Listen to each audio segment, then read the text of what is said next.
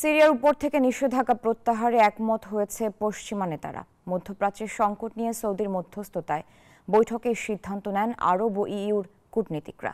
এদিকে গাজার শান্তি আলোচনায় অগ্রগতি হলেও থমকে আছে চুক্তি।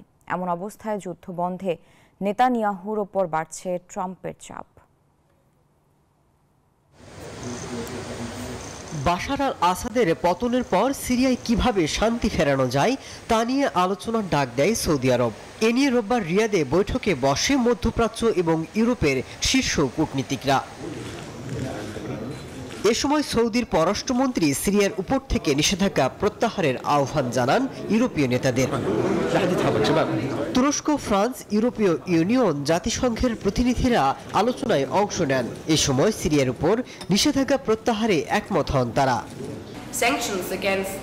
ক্ষমতার এই পালাবদলের সময় সিরিয়ার দ্রুত অর্থনৈতিক সহযোগিতা প্রয়োজন। আমরা খাদ্য, জরুরি আশ্রয় কেন্দ্র এবং স্বাস্থ্যসেবার জন্য আরও 50 মিলিয়ন ইউরো দেব। এদিকে গাজায় থামেনি ইসরায়েলি বর্বরতা। 15 মাস ধরে চলা যুদ্ধ থামাতে কাতার, যুক্তরাষ্ট্র এবং মিশর একটি যুদ্ধবিরতি চুক্তিতে পৌঁছানোর চেষ্টা করছে। যুদ্ধ বন্ধের অগ্রগতি নিয়ে নেতানিয়াহুর সাথে দেখা করেছেন ট্রাম্প প্রশাসন। এমন অবস্থায় যুদ্ধ বন্ধে নেতানিয়াহুর উপর চাপ বাড়াচ্ছে ট্রাম্প। মাসুদ রানা, নিউজ 24।